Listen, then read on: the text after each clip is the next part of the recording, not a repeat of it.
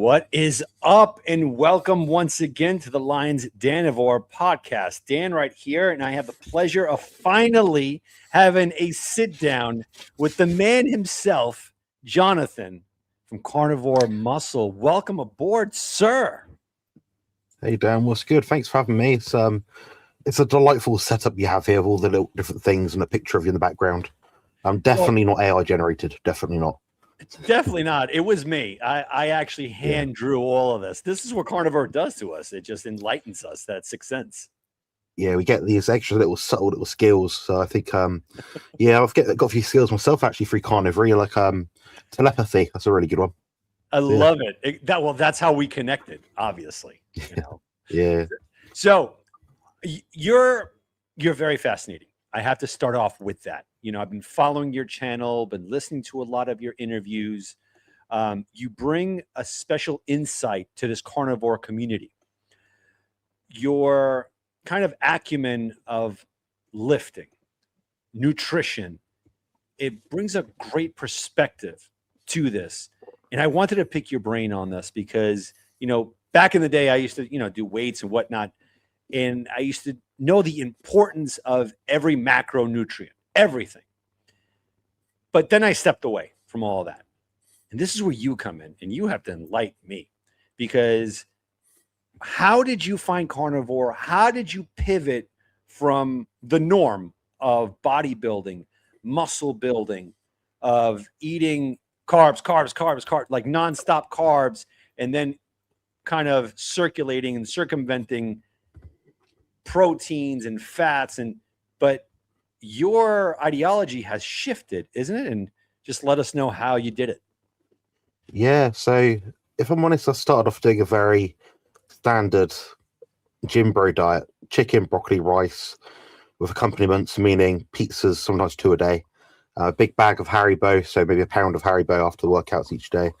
It's still a high protein, animal food based diet, so whey protein shakes, chicken breasts, but I didn't really eat much beef or anything like that. Not many eggs. Effectively, at one point, I was eating 300 grams of protein, 1,000 grams of carbs, and about 150 grams of fat per day. And it was quite effective. I did gain weight, but the quality of the weight wasn't quite there. And I was always interested in the idea of body composition. What do you need to do to yield X, Y, Z outcome? I was noticing more and more online that everyone has a different approach. So I thought, well, whatever I do is going to probably be different to everyone else's. So why not just tackle it myself and try and find out what the best thing is? I had various health issues. We can go into them a bit if you want today, but to start, for the intent of starting the carnivore diet, I had a lot of digestive distress, acid reflux, a lot of inflammation directly linked to, I guess you could say diet. So I was eating a lot of sugar, a lot of glycation happening in the body. And I was aging even quicker than I am now, which is quite incredible. And I got up to a weight of 125 kilos. Then I started to work at the leading health food store in England, down in the south. So no, not Holland and Barrett or iHerb, or was it GSN or whatever it is, whatever you guys have out there, or GNC. It's a completely different thing. It's a private sort of business. And it was primarily not an animal food. It was primarily a carnivorous anti-diet place, I guess you could say. So I guess you say plant-based, I guess you could say. But what I was noticing was most of the people that came in there never got better. They're buying these products, spending $200, $300, $400 equivalent each month on different supplements and therapies, but it wasn't doing the job. And they're you're looking for the nutrition chart of their labels and saying, oh, walnuts, Brazil nuts, all there's all selenium, got my 100% in there, brilliant, 5 of those a day. All this extra stuff might need to supplement B12 because I don't eat any meat because meat's bad and it clogs your arteries and all this sort of thing. I sort of noticed people getting more and more ill. I came from a background of not that way of eating, but definitely more animal food included. Actually, I say before that, I actually tried a vegetarian diet for 3 days, and it was catastrophic. My digestion was trash. My mood was trash. My skin was dry. My bowel movements were disgusting, if I'm honest. And that told me, well, if my body wasn't actually meant to do that, why would I have such a hard time transitioning? It doesn't make sense. And obviously, there's different health issues, but at the age of 21 when I tried that, I wasn't really going to get anything more from it, especially when it is so bad, you know. So anyway, 2 months into managing the health food store, I decided to become carnivorous, and it wasn't something I was particularly well versed about. It's more of a case of, well, what did I do in the past that worked? So I've been bodybuilding since 2012, and my first diet, funny enough, was, I believe, 5 months straight of 5 cans of tuna a day. No lie, 5 cans of tuna every day, 5 months, and maybe 1 or 2 boiled eggs each day if I felt lucky. 2 hours of cardio a day, split up, an hour in the morning, an hour in the evening. Working most nights each week, going to college twice per week. Also having another job during the day as well. So I was managing a lot of stuff and going to the gym 6 times a week, plus the 2 cardio sessions each side of the day. I wasn't getting any better, and what I did actually accumulate was mercury toxicity, and that was devastating. So for those that don't know watching this, I actually live with autism, or autistic spectrum disorder, and it's quite challenging at times. Things can be overwhelming. I'm fortunate and also unfortunate that I can communicate quite well. I'm not stereotypical of a autistic person that you might see in terms of like out there in the wild, I guess you could say. I'm not sure Cooper. I can appear quite normal if I mask myself in a certain way. But that does have a lot of issues with it. So if we look at nutrient deficiencies, you can see, you know, autistic spectrum disorder, nutrient profiling, genetic factors, everything says towards me eating more red meat. Iron deficiency is very common. Leaky gut is very common. Low B12, low folate, different blood markers, raised immunological responses, elevated cortisol levels, all these sort of things that someone might typically have. I did live with, or I do live with at times. But I found a carnivorous diet definitely much better in terms of digestion, gaining lean muscle tissue, staying leaner. Funny enough, I actually went to Lanzarote on holiday a couple of months back, and I'm someone that's been very diligent with tracking the macros and nutritional intake. I've been doing it every day for 10 years, even on Christmas Day. I don't ever not do that. I might have to estimate it for me eating out in public, but I'll roughly have a good idea of what each amount of food is. Anyway, on holiday, I was still carnivorous for the most part, apart from like 4 meals, I think. And I actually lost about 4 kilos or 9 pounds. And that was on holiday. And I wasn't exactly, you know, doing runs or sprints or anything because I walk with a stick. I'm physically disabled. So it sort of said to me, well, a carnivore diet to gain a massive amount of muscle is hard, but it's not hard in the sense of getting to the natural genetic limitations someone might have. So my limitations are well blown past. I'm not natural. I'm not a unenhanced athlete. I've always been open about that. So my needs are a lot higher than most people. Therefore, my food needs to be a lot higher or greater. Therefore, I lost weight because I was eating to satiety. So the carnivore diet for me has been very easy in terms of allowing me to manage my body composition, in terms of fat to protein ratio, or percentage, I guess you say, and just stay lean. So that told me I'm going to have to find other ways to do it. So my carnivorous diet is what I advocate for the most part or promote is a mixed animal foods diet. At least, well, I'd say at least 70% ruminant meat, so beef or lamb, things like that.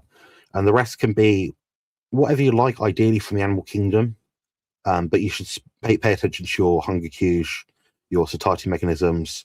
If something tastes bitter, sour, off, you don't have an appetite for it, you're probably not meant to eat it. But it doesn't mean you might not be able to eat it later on when you might need whatever nutrients might be in that food profile.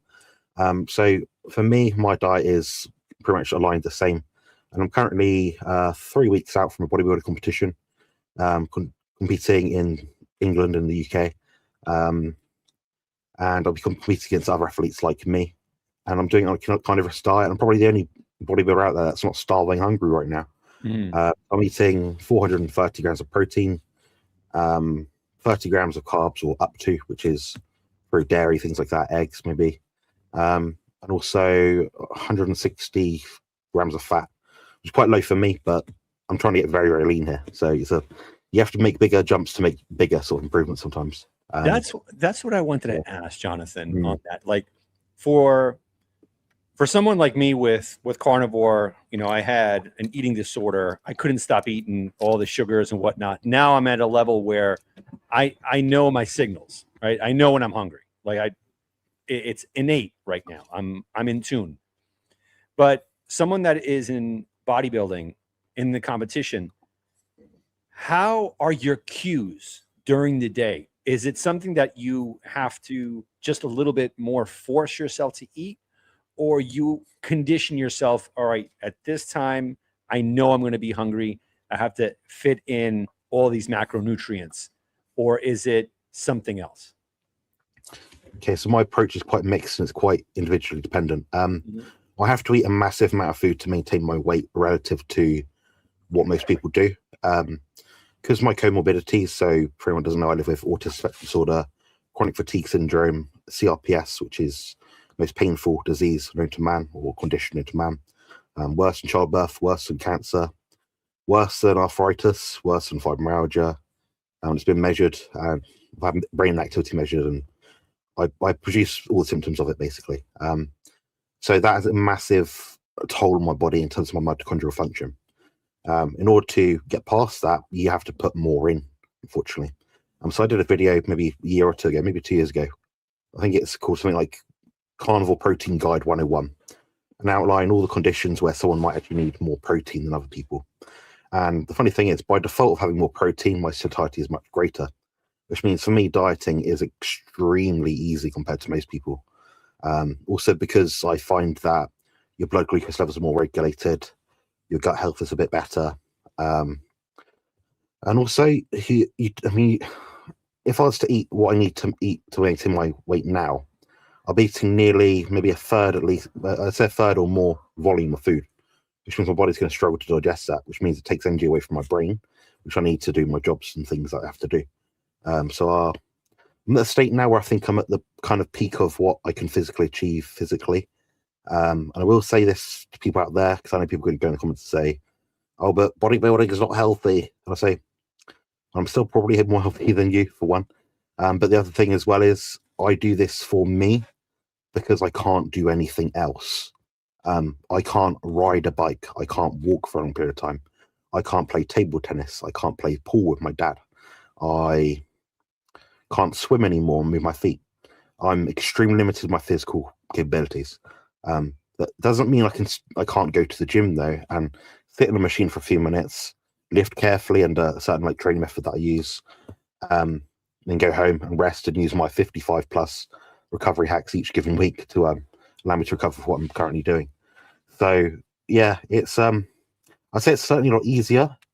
However, my perhaps in terms of the holistic side of things, the physical mental toll of dealing with pain, anxiety, sometimes autistic spectrum symptoms, it's very challenging in that regard. So I think if I wasn't doing Carnivore, I wouldn't be bodybuilding anymore, if I'm honest. I am beyond impressed right now at what you're explaining and all the trials that you have to go over and go through, and how you're just staking your flag on it. I'm just, for those that are judgmental of, oh, the bodybuilding, why do you have, you just explained it perfectly. It's whatever works for the individual.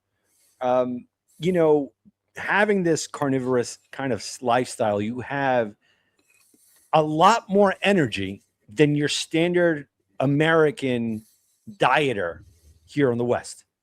Like, I know for me, when I was eating that way, sluggish, I don't want to do nothing. 3 months into carnivore, I had this overpowering energy, and you have to exert it. You can't just have that potential energy build up on you, or you'll go crazy. So for you to utilize it in bodybuilding, and also to help with your CRPS, the digestion system has gotten better. Like, that's where I want to pivot here. Before carnivore, were the digestive issues part of the supplementation from like a GNC that we have here, that it's to that point where we have been conditioned that we need supplements, even though we get it from something that's nutrient dense, like a nice steak, ribeye, whatever the case is?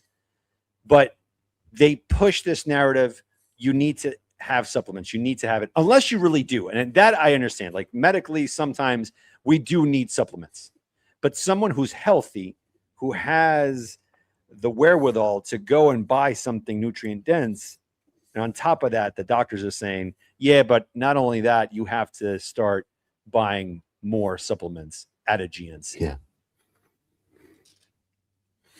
Yeah, the supplement things are quite an interesting one. What's your question, sorry, specifically? So to me, was with the GI issues, the gastrointestinal issues. Yeah. Was it more towards the pills? I would say it's more the mass of food. I mean, when you're trying to gain muscle, you have to inevitably eat a lot of food. The problem with just drinking your food is that it adds food volume, because for food to be drunk, it has to have more water in it. Water's going to be quite a dense sort of material per liter, for example, per volumetric measure. So I was probably eating 3 or 4 kilos of food every day. Now I'm eating about 2-ish, something like that. So it's half the amount of mass that has to go from my digestive system. And I think some of the supplements I was using back then were not ideal in some cases. Back then, 15, 20 years ago, whatever it was, a lot of it was proprietary blends that weren't tested properly. So now we're fortunate now we have more accessibility to measure our blood markers, notice deficiencies, get tested with different things, checks. We're more aware of the data that we have on our own bodies, health metrics. So therefore we can tailor our supplement approach to what we actually do or don't need. There's a lot of instances where I know this is what every carnivore person says out there with a bigger channel than me on YouTube. You don't need supplements on a carnivore diet. Yeah, you might not, but most people benefit from them and most people do use them. Because I speak to these people, I know these people, I've read thousands of anecdotes online, I've worked with hundreds of clients. Most people do use supplements. Now, the problem is people say, oh, there's no deficiencies. There may not be a deficiency, but how are you measuring that? Are you looking at a blood marker? Is that serum magnesium? Is that tissue-specific magnesium? I've recently just suggested to my girlfriend Jo a supplement called, I think it's called L-theamine, something like that, or theamine, a Theamax product by, I'm not referring, but it's something I've used and found helpful. But people with fibromyalgia and chronic fatigue syndrome find that quite beneficial. But you're not going to find a measure out there that tests how much B1 is in someone's brain. But if you take a supplement, you find, oh, I feel better now. You might have something to it. Right. But then what you do to work out if it's a placebo effect is you take it out. You take it out. How do you feel? How do you sleep? How do you train? How do you recover? How does your brain work? Then you add it back in. You do the measure again. So you do washout periods. So what I currently do right now in terms of my health interventions to manage recovery, support digestion, cognitive health, energy levels, sleep, whatever it might be, is hundreds of different mini experiments I do. I do blood testing every roughly 8 to 10 weeks privately, and also through my hospital as well locally, just through different testing I might do anyway. I try to keep myself in the best nick possible. There's a few sort of key sort of markers. I'm by no means a blood marker expert, but looking at things like thyroid hormone, HPTA axis, cortisol levels, sometimes they can be useful tests, sometimes they can't. HSCRP, so a specific CRP measurement, liver and kidney enzymes, and anything beyond that, if there's symptoms which suggest something is perhaps bad, then you find the test to measure what the problem is. Because if you say, oh, I have symptoms of a low thyroid, your thyroid hormone levels are low in that test, but you're only looking at one number, for example, T4. What doesn't tell you a picture? It just says your body's producing something, but it's not converting. So you have to have the whole picture when it comes to analyzing blood markers and blood work. So it's no good just saying my testosterone level is 1,000. Is that good or not on Google? What is the rest of it like? What is it converting to? Because I know you probably know Dr. Sean Baker. He was having his tests done a few years back, and his testosterone level was, don't quote me, I can't remember the number, but it was say a quarter of the maximum normative range. So maybe it's like 200 out of 1,000. Then someone will say, oh, he's got low testosterone. We look at the bloke, he's nearly as big as me per inch of height, and he's a natural athlete, and he's competed and successfully in indoor rowing and won world records. Something here is probably not the full picture. So then he might be a low E2 estrogen converter. He might have high expression of IGF-1 within his muscle tissues? You don't know. These tests haven't been done. So a lot of these things that we have are good spot checks in a sense, but to really understand health, you have to understand the subjective having and the symptomology that present. So when I'm working with clients, we've got a lady right now, lovely lady called Kimberly Russell. She's in the chat. She lives with Ehlers-Danlos syndrome. She's been a carnivore for like 5 to 7, maybe 8 years. Can't remember. She's in the best shape of her life right now. She lost a lot of weight on her own, but now we're just fine tuning things. So I recommended her a little supplement protocol. Very bizarre things that you probably wouldn't have heard of, like agmatine sulfate. Typically, it's a bodybuilding supplement people use for vasodilation to increase pumps in the gym and sort of performance. But it's also a mild NDMA agonist, I guess you could say. So it can actually reduce pain levels. So someone that's living with joint hypermobility, EDS, lymphedema, perhaps things like that, things which cause inflammation and pain. If someone had arthritis, that could be a really useful tool. It might mean that she's able to manage her medication easier, spend less than that sort of thing. She might be able to use less pain meds. She might have to not be so tight with her like recovery methods because she's used something which has helped bridge that gap. So sometimes these things can be very useful, but what you're thinking of these studies is they're not always done in such a manner which is useful to the general public. So, for example, if we're looking at a strength training study or a creatine study, caffeine, whatever you want, any study you want that's in the uni or a sports science center, you'll find that the majority of participants in that study will be the mates of the guys that are enrolled into the program. They're probably going to be fit people anyway. Right. And also, by default, that emits the 21% of non-responders to training that do exist.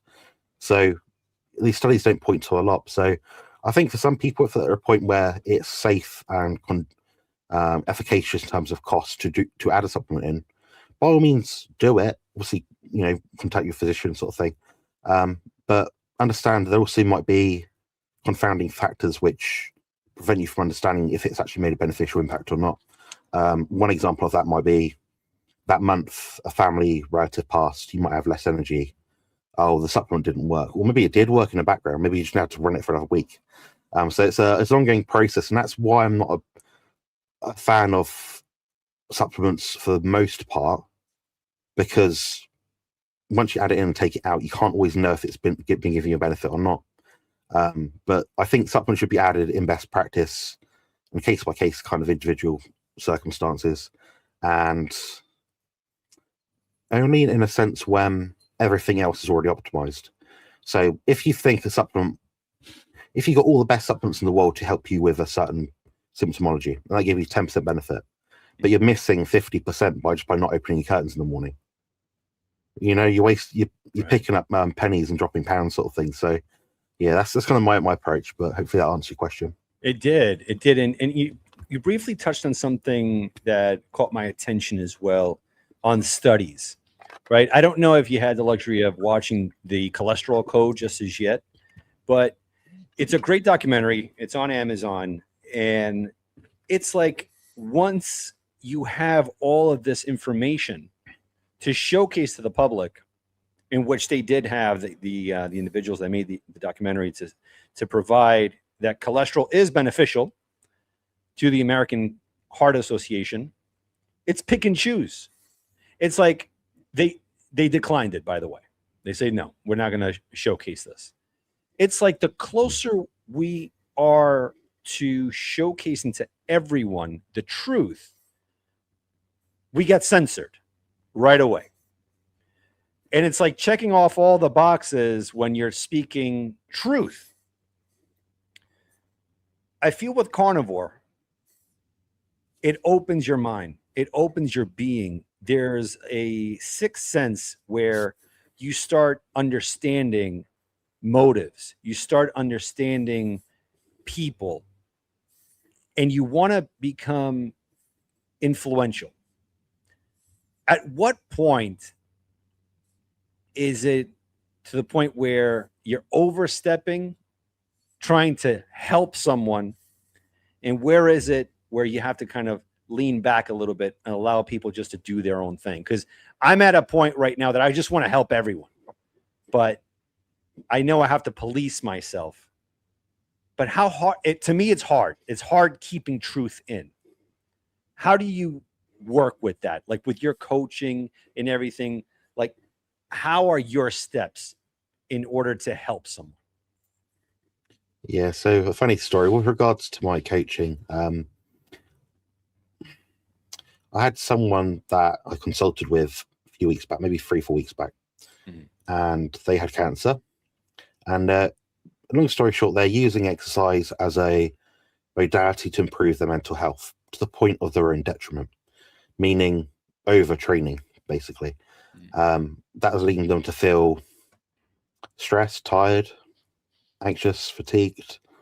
But the only time they had joy, almost by the sound of things, was when they're training in the gym. But the thing is that she wasn't creating these objective goals which allowed her to progress towards. She was just going to the gym for the sake of endorphins, feeling good going to the gym. I sort of said to her, well, what you need to do is track your workouts, record your form. You take a video in the gym if you can. Be one of those tripod people that annoy the crap out of me. Find other things and pleasures within your training to work towards. Because she had no real end goal. She just said, I want to lose some weight that I put on. But it's like, yeah, but why? I did the old psychoanalysis sort of thing. At the end of the day, I'm still waiting for her to get back to me. But I basically offered her to coach her for free because I sympathized with her situation. I knew she had children. And I thought, well, if I can instill a lower level of anxiety to her, if she's anxious with her children or something like that, people are how people are. Your feelings towards life adapt to what's around you. If you're around miserable people, you'll probably end up miserable. So I saw myself, okay, that one could equal 3 people perhaps. And so I offered to coach her, and she's not got back to me still. But the thing is, that's what I don't like about giving out advice off the cuff or help support off the cuff, because it'll often be followed up by, oh, but you said in this podcast this or something else, and it doesn't always match up with what kind of what I've kind of said and what I would always naturally suggest as best practice. So in that kind of instance, what you can do as content creators like yourself, Dan, is create content that helps people, educational content. So when I'm uploading my videos, pretty much all of them now say category, style, whatever niche, it's education. People choose to be educated. Not everyone wants to be educated, and that's fine. That's their own prerogative. But in the end of the day, that's why we have something called human evolution, which is why the best right to the top and the bottom don't. And it sounds harsh, but that's the true reality. We can't fight nature. Nature doesn't want us all to be here because, illnesses, the idea of like destroying the planet or whatever it is, nature wants equilibrium. It wants to go in this natural cycle, and things that get in the way of it, it will knock out. The same was true with, producing children. There's millions and millions of little people go around, or potential people, but only one of them does the job. So, we have to see it in that sense and not squander our abilities, because there's a lot of people out there I see, and I'm like, you've got so much potential here. Like I can see you're able to achieve a lot of things. But what we have to do is just flip that switch that will change in your mind. And sometimes you have to be influential in the sense of, my thumbnail might have a picture of me doing a pose in it. Oh, he looks good. He follows a carnivore diet. I could be like that. And it's like, yeah, you could potentially. It's possible. Absolutely. But unless you put that image out there, people will never see it. So you, Dan, I mean, I know you're obviously a resistance trainer as well.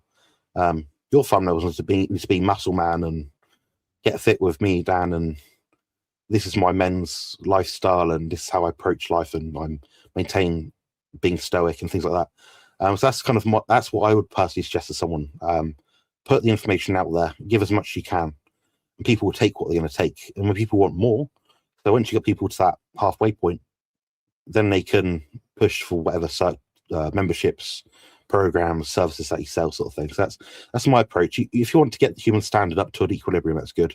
That's free. But if you want to get people beyond that, that's where the elite that will be able to access that information, that services, that ebook, that program can get there. So yeah, I'll probably rile up the comment section a little bit, but yeah, the human evolution does exist. Natural argument is quite strong for the most part.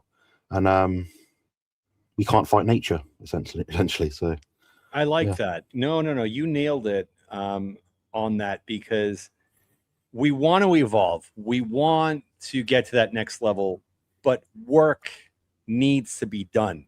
It can't just happen. That's why, in order to find this lifestyle, we had to go through so many different journeys. And this is a great comment here. I find my brain fog is clearing massively with less inflammation, cortisol, and improved health eating carnivore. I think this is massive right now because of the brain fog.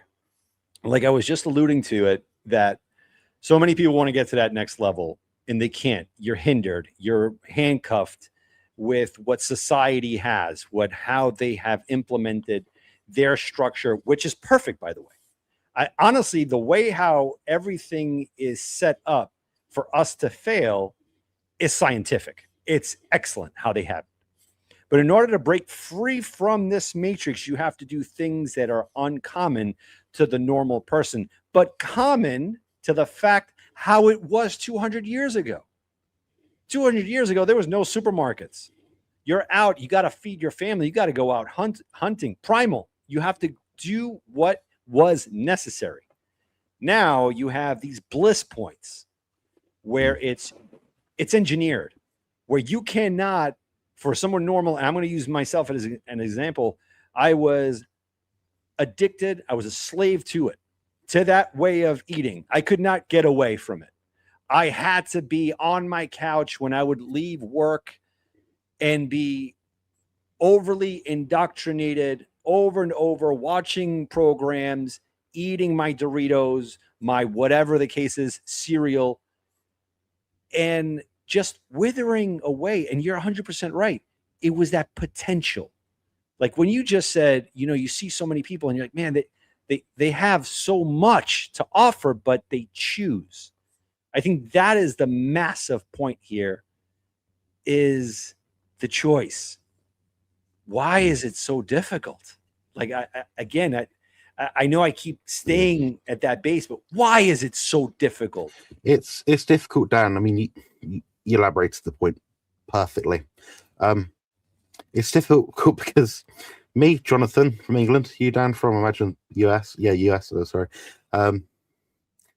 Just think, one company, whoever it is that makes Doritos, potato chips, was it 30 million per year they spend on trying to make that food more addictive? Mm-hmm. That's one company that sells one product. Mm-hmm. Now think about chocolate. Think about Coca-Cola. Think about, so effectively, we're two people in two different countries trying to battle our best efforts with billions of dollars worth of spend. It's hard work. It's hard work. So people say to me, I'm addicted to food. I don't think, oh, you're weak. I think, oh, you just haven't found the path yet. You haven't found the click. You haven't found the reason. So in my I guess experience, I'm 30 years old.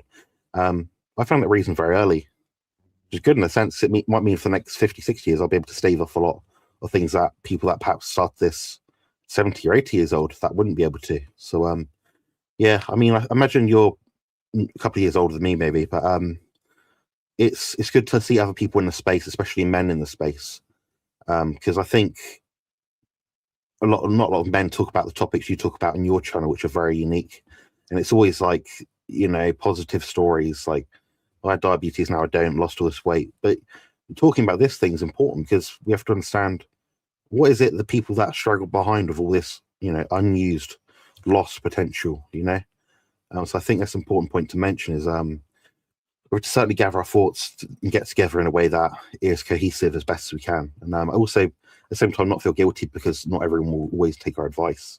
The other day, I was in a live stream, I was listening to someone, in these funny situations where I shouldn't really say who it is. I can't say who it is, but basically they're eating loads and loads of fat each day to reduce type 2 diabetes, insulin resistance. I was like, why? Because they were chasing ketones. They're looking at the wrong metric. It always comes down to goals, Dan. It always comes down to goals. They had the idea in mind, but they didn't think about it. They didn't think, how am I going to measure my progress to reach these goals. So I'm a big fan of advocate of tracking things, getting the right marks in place, journaling, logging something. Yep. With my health conditions, I obviously log a lot of what I do. Now my clients are watching this. Some of them, they know the new spreadsheets that I put out, like the check-in sheets. Now imagine that times about 4 guys. That's what I do every day. I've got all these things to track in my head because I'm someone that wants that extra 1%. I'm not settling for not having it.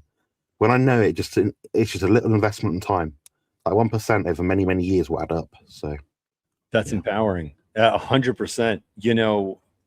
It's important to journal, important to log. I do the same exact thing. And I know I do something that it's frowned upon, but I check my weight every morning, go on the scale.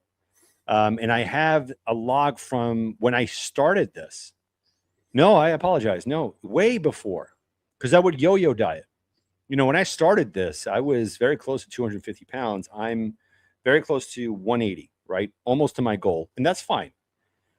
But some days I'm like, I step on the scale and I'm like, oh man, what am I doing wrong? Like, what am I doing wrong? I'm not getting to that point. But then I look at the logbook and see where I came in. And you're right. It's all incremental. The little 1% at the end of the day, they all add up. And I look back of May 16th of 2024, where I was right before taking on this journey when I had a huge health scare. And I guess that's the other point where sometimes you have to get through a crossroad in order to make the decision. Sometimes for people to make a decision A or B when they're healthy, they normally continue on track with what they know. But when you're hit where the fork in the road is life or death, I think you're willing to take on anything. And that is the point where I know I have to be careful with what I say, but I love truth. Mm. Thing is, when you're at that crossroads of life and death, we become so vulnerable to advice, especially in the pharmaceutical realm, in the medical realm, where you're at their disposal because you want to live. Honestly, I don't know why else we're here. We're here to progress, evolve, and live. Now, when they tell you, okay, you can live, but you got to take these pills for the rest of your life, 9 out of 10 people will always say yes, whatever's necessary. Jonathan, I kid you not, when I had my GI issue that actually brought me to this,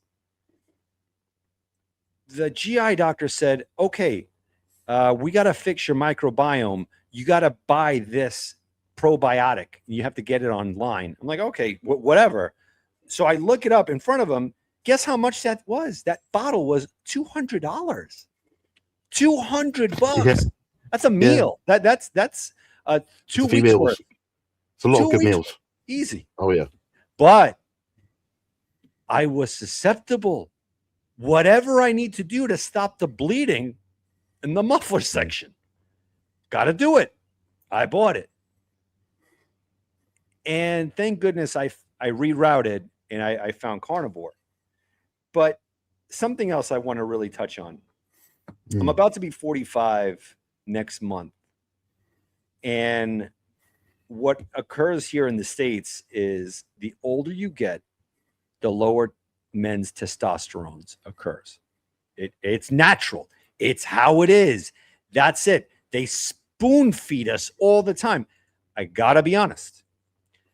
This is almost 2 years that I'm doing this.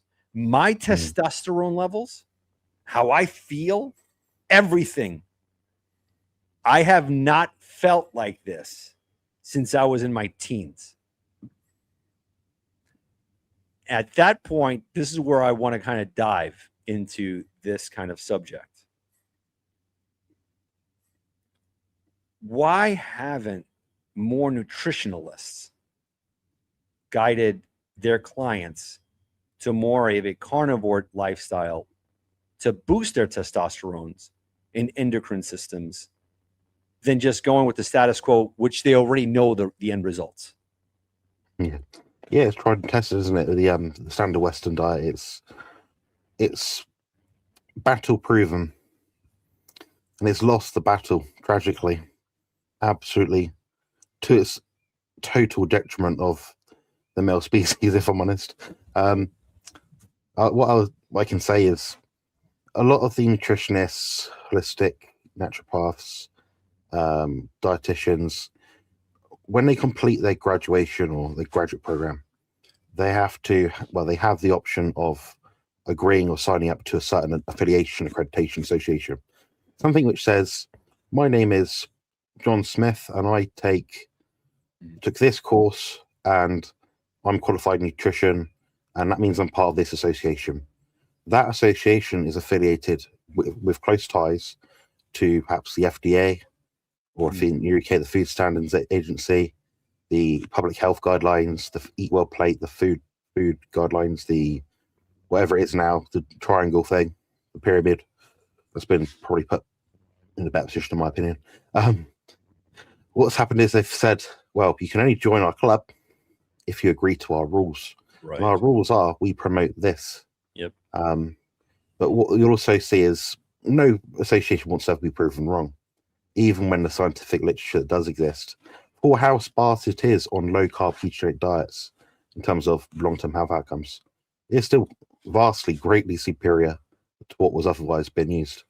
And I'm conflicted with this myself, and I had this same kind of mini discussion with Professor Bart Kay maybe a week or so ago. So in the carnivore space, the only nutritionists that I know of significant influence, meaning 5K subs or above, for what it's worth. I don't consider myself an influencer, guys. I consider myself an educator. So, but yeah, I'm talking about influence here, following, I guess you could say. Me, Professor Bart Kay, and Pim Johnson, who's his girlfriend, partner. Everyone else has some online course that's like 4 levels below, basically, or they're a dietitian. Of all of us three, none of us are connected to the Association of Nutritionists or the Registration of Nutritionists in the UK, where we might have passed our qualification, because we wouldn't be able to provide our service because we were under the contract constraints of these food authorities, these nutrition guidelines. What's also important to mention is they won't actually admit when they're wrong. So the World Health Organization retracted a lot of its statements on red meat and cancer, perhaps 5 to 7, maybe 8 years ago. Can't remember the exact date. But no one heard about it. It wasn't in the news. Even though it is an absolutely mind-blowingly new piece of evidence or information. Oh, the study showed it does actually make a difference if you eat red meat. I'm sorry about that. Or the food questionnaires, for what it's worth. I studied advanced statistical analysis at university alongside as a module in my human nutrition degree, and what I can say is the studies do not always add up, and not every study that you read online has been adjudicated properly. Now, a lot of studies, believe it or not, actually get thrown out. They'll create the pilot study, so I want to create this thing to test these things to see what happens, but we can do it on a small scale of like 5 people or a rat or a dog or whatever it is, They might go through that. They might be a bit unsure. They might say, "Oh, might not translate to humans. Might not support the conflicts of interests of my studies. Big pharma, big food, whatever it might be." But then they'll go through it. They'll do the study, spend thousands, hundreds of thousands of dollars. Then they won't have the outcome they want. So what they won't do is they won't publish the paper, which means the papers that are out there are only the ones that have been published based on conflicts of interest. But what we can look for good data is if they created the pilot study, they've then created or performed the actual study, but prior to that point, they've submitted to the journal article paper, the journal, I don't know, Nature, Science journal, whatever it is. And they said, we are going to do this study. This is what we are testing. This is how we're going to test it. This is when we want to publish the data, the results, the outcomes. If they do that, you can be pretty sure that they're being open and honest. They're saying, I'm a scientist, I have a question, I want to know the answer, and this is a study I'm putting forward to test that theory. And that's how you can rely on what is a good study. Outside of that, the nutrition science is so sparse, and it took me absolutely years of listening to Bart Kay to understand that. Despite all his lectures, all his mentorship, along with Harris Parnos, I didn't get it, and it never added up for some reason. And then it finally did. And I was like, yeah, there really is no nutrition science, very little. So yeah, that's why we have to perform these studies ourselves. We are N=1, our own personal anecdotes. And for interviews like this, and I know Dave Mack has done like nearly 2,000 interviews or something. I've been on there like twice. That's 2,000 real people that are out there right now eating a way that we are eating similar to. That is a big study. Then we're seeking to refine it down, say, oh, which of these people have a financial incentive? Okay, maybe a quarter of them, maybe. Then narrow it down again. Which of these people are just bored and they want to talk about whatever diet they're doing that week? Well, maybe a few less. But yeah, you can look at the outcome and say, there's got to be at least 1,500 people on Dave Mack's channel that have honestly tried and tested this diet and found it very effective. So yeah, that's my take on statistics, science, and nutrition regulation and food authorities. No, bullseye, man. I honestly think you're onto something. And I think the best studies are us. Just like you said, like with Dave Mack, thousands of people. Yeah, podcasts like this and so many others. Doctors that are stepping outside of the box, Dr. Kiltz, Dr. Berry, Dr. Baker, that they're shedding light on this nefarious world of, whatever is favorites within their pockets on the studies. If it works for them, if you're in line, meaning they will utilize scare tactics, their fear mongering, where you don't have the freedom to do actual studies. And again, I'm going to refer back to the cholesterol code that they did it. They had to raise money. It was like some guy like you and me. He raised $200,000. He got a cardiologist, bona fide. It took, I believe it was like 2 years worth of factual data.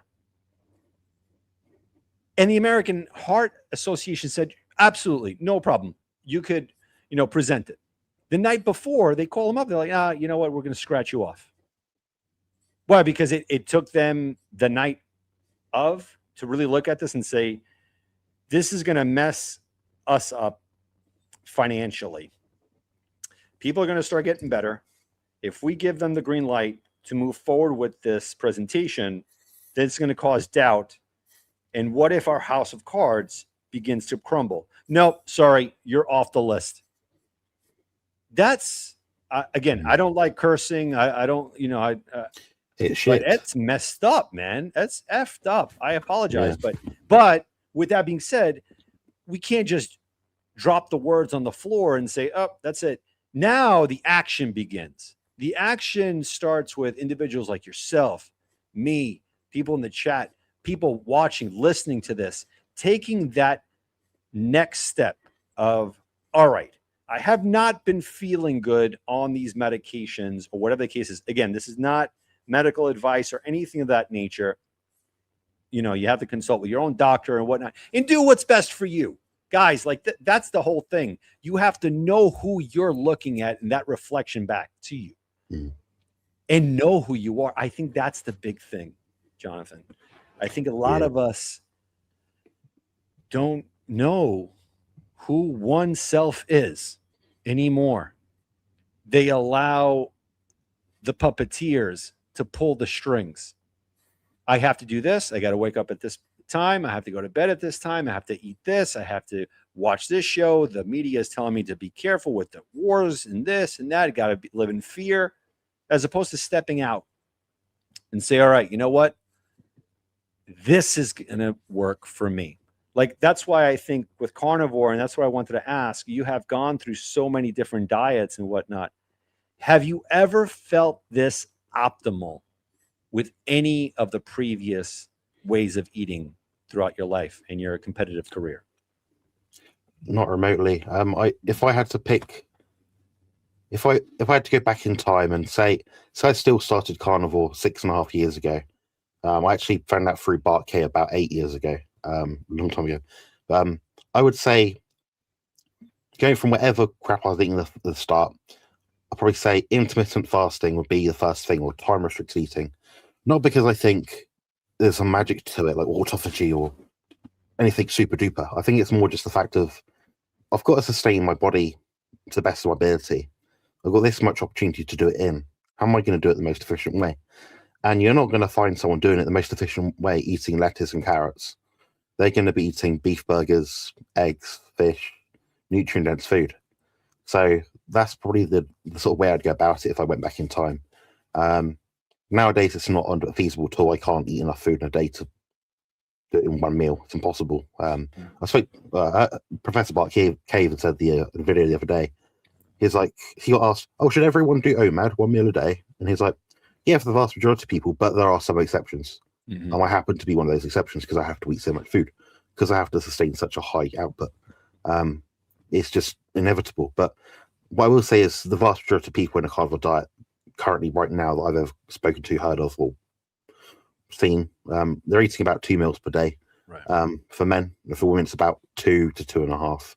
So it might be like a couple of boiled eggs and a slice of cheese, then 2 steaks, something like that. So yeah, it's interesting cutting through the noise a bit, and there's so many perks as well. Well, when you get to the supermarket, I go in there, I'm out in like 5-10 minutes. Mm-hmm. I don't have anything else to look at because the rest of it isn't food to me. So, you brought up something interesting here, autophagy, and I fit into that, right? Like the 1 meal, 2 meals a day. Yeah. Because I found that rhythm of when I'm hungry, when I'm not, and it's very liberating. But when you really go into it with fasting, and I do it inadvertently, I don't even know that I'm fasting. People will say, "Hey, what are you having for lunch? What are you having, after work? Let's go grab some beers and whatnot." I'm like, "No, I'm okay. I'm good." Or we'll go to the pub and I'll have some seltzers. Yeah. And I'm good. But the autophagy, I think that is so key. And I feel like it's a little bit of what reverse aging is all about, which people poo-poo it. They're like, "No, it's unreal. It doesn't happen." I have seen it where when people go on carnivore, they look younger. Like how I got onto this was my brother. My brother was severely overweight. And all of a sudden I see him and he looks amazing. He lost so much weight and he looked younger. But unfortunately, he suffers from the same thing that I do. And he let the devil in. He let a little bit of the sugar back in, and it's a wrap. He's working himself back into this lifestyle. But during that transformation in carnivore, autophagy took place. And I just feel like those are the taboo aspects where the medical field does not want you to know about. I think autophagy goes a long It doesn't way. sell. Dan, don't drink coffee and chocolate milk, and don't have salt, and don't eat chicken nuggets for 3 days. We're going to make a lot of money out of that. Can you imagine right now, just a snapshot, like click my fingers, like do the ultimate Thanos technique, but not destroy everyone, but more that bit. Just make it so everyone turns carnivore like now, and give it like, I don't know, a month. How many nurses without jobs are there going to be? Can you just think? Because a lot of these jobs are quite routine, like, oh, blood pressure's a bit high, or someone has to test that. Someone has to draw that person's blood. Oh, phlebotomist needs will go down drastically, maybe 20% the first month. By month 6, half the workforce is out. What are they going to do? We're all just going to be like these, I don't know, cheese spirits that go around just not eating any fast food and be healthy and live out in nature and not have bad joints and not have to take drugs and things and medications. It's an interesting world. I mean, we could draw the same. I'm not talking politically here, really, but we draw about the world politics right now, whatever your thoughts might be. Imagine you just turned off all the wars immediately. The world would actually go to chaos. Right. I think there is certainly a level of you have to have your head in the right space to sort of get healthy first. But there's also an element from Big Farm, Big Food, perhaps that is trying to encourage it, so we don't get into a state where we're not reliant on them. Which, Charger Mopar Rick in the chat, he might be good friend Rick. He's been Carnivore for God knows how long, like 42 years, 41 years. And he always talks about in his Ride and Talk videos that I love, by the way, I love them. He talks about, becoming independent. Maybe the guy next to you down the road has dog food and you don't. You swap the dog food for 10 eggs each morning that you have from the chickens that you have that lay. Stuff like that, like more on a micro scale. I think that's where a lot of the money is just dropping, because it's a big MLM scheme basically to fuel up like 5 massive big food companies in the world. So the same thing could be said for charities. How much good have they done? I love local charities. I will be the first person to give money to a local charity where I see where the money goes. But big charities where a lot of it is just taken by middlemen, no, I'm not seeing an outcome. This is my investment. This is something which I spent time to earn. I want to see the outcome. We're fortunate now we have things like fundraisers, GiveSendGo, GoFundMe, where we can actually support causes that do deserve it, So that you see that, you see the person's update. Like there's a guy in Alaska, I couldn't eat enough meat, couldn't afford it, had some money. Okay, now he's lost like a few £100. His life has changed for the sake of maybe 1,000 people or whatever that have done it and all donated like $3-4. They've changed someone's life and it's made no impact to them at all. They wouldn't have even smelled that money. So I think that's where I like to go. I like to help individuals that truly deserve it. But, we're battling a lot for sure. That's important. Just the hospitality, philanthropy, just helping someone throughout this journey and just being a human being. That is an aspect that this way of living lifestyle definitely kind of exonerates it. It helps the next of kin. And I love the fact of what you're saying. When you give money to charity, you want to see where that cash is going. You want to make sure that it's going to the right entities. I mean, how many times that we've seen Dunkin' Donuts here in the States, they, can you give $1 here, this and that? Number one, you don't know where it's going. They have all of these, coffee shops all over the place. And then they use your money for a tax write-off. Yeah. They're not using their own for the charity. They're using yours. And we don't even know where that money's going. And like, you're probably right. It's lobbyists. They're giving it to them. Lawmakers. That's the beauty of having a community of carnivores. We think outside the box. Critical thinking is back at the forefront. And I want to say, Jonathan, thank you so much, man, for hopping on the pod, spitting facts, letting us know more about your world, man. And where can people find you? Yeah, first of all, thanks so much for having me on. I greatly appreciate it. I'm glad people like you are making good quality, useful content that actually helps people out. Seems like a big ask nowadays, but a lot of it is confusion, it's noise. And this sort of channel definitely cuts through the noise. People can find me at carnivore-muscle.com. You'll see it there somewhere. If not, you'll find me Carnivore Muscle, which is the logo is up here, on YouTube and also Instagram sometimes when I'm on it. Usually I'm not. But that's the best place to find me. I do consultations, coaching, ebooks. Every now and then I might do a little offer or something fun. But yeah, I like to work with a small group of people. I like to collaborate with people like yourself that have a shared following and just revitalize the community.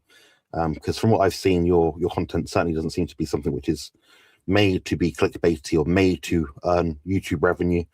I make £100 per month on YouTube, which I offer out to my subscribers. Well, content creators like yourself, I join different channel memberships just because it pushes it forward. Because, someone else sees that, oh, this person's donated a bit of money, this person's helped by joining out the channel's membership, they support my cause or their cause. People feel value from that. I mean, the amount of emails I get the amount of hate mail I get is disproportionate sometimes, but the amount of positive influence I can sometimes give people is astonishing.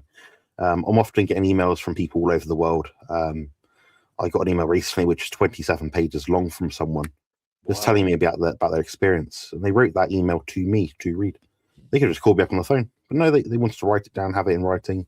It was like a process in my own time and share what my thoughts were. So yeah, it's an amazing place, and I'm speaking at the Great British Meetup in UK, which will be in or near Glastonbury, and that'll be on the, I believe, 13th of June. And funny enough, I'm actually being home temporarily for a few people there, just accommodation basically, whilst I'm up there, from people I've never met before because they like my content. And in exchange, going back to that micro sort of sharing kind of thing, I'm giving them a few bags of salt, which is really expensive for them to buy over where they're from. So, Nice. it all goes around, I love it, man. Listen, if you're ever in the States, especially New York, you let me know. I'll buy like 2 cows and we'll have a blast together. All right, brother? Sure, that sounds good. Yeah, I appreciate that. Well, You I got have to do more collaborations in the future. It's been really good talking to you. Appreciate that. Likewise. Absolutely. All right. We'll see you later.